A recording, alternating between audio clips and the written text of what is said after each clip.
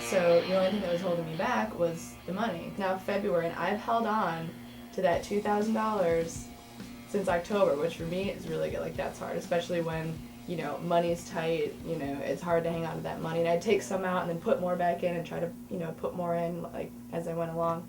And so I'm like holding on to this money. And I'm like, oh, thank God, I finally get to do my attic. And then the air conditioner breaks.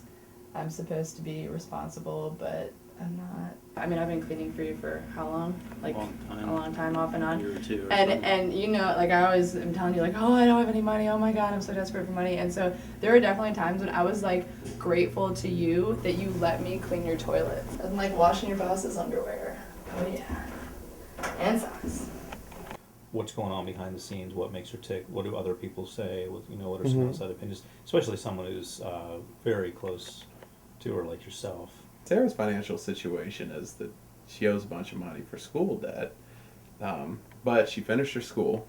The only reason I didn't go into in the painting department, which is what I really want to do, is because the painting department is really big. It's really competitive.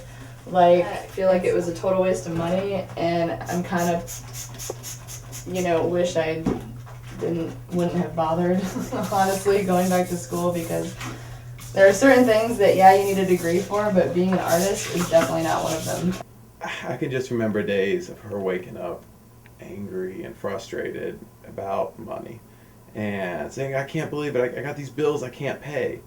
And I'm saying, well, welcome to being an American right now, Most people have bills they can't pay and they have to put them off and pay them late. I mean, that's what all these companies are making money on late fees with, I'm telling you. You have absolutely no brakes. I know, I'm telling you. But and I was like, whoa, nothing there. Oh my God.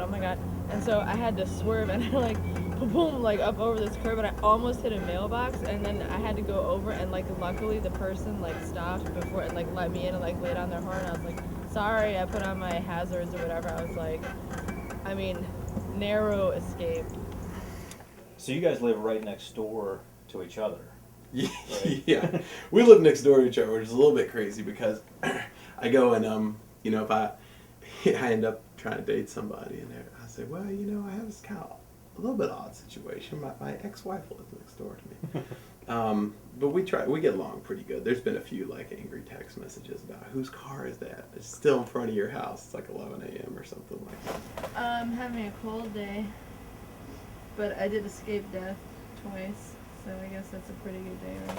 I had to like hop a curb and I almost hit a mailbox and I almost hit a car. I mean, it was like, I really barely did not get the accident. I guess really to understand Sarah's financial situation, you have to start with, it's so much bigger than what you'd first expect. I mean, it goes back to the fact that when she was 16, her mother very suddenly died of an illness that was brought on by stress. I hope that Steve will help me to let go of all the negative ideas I have associated with money.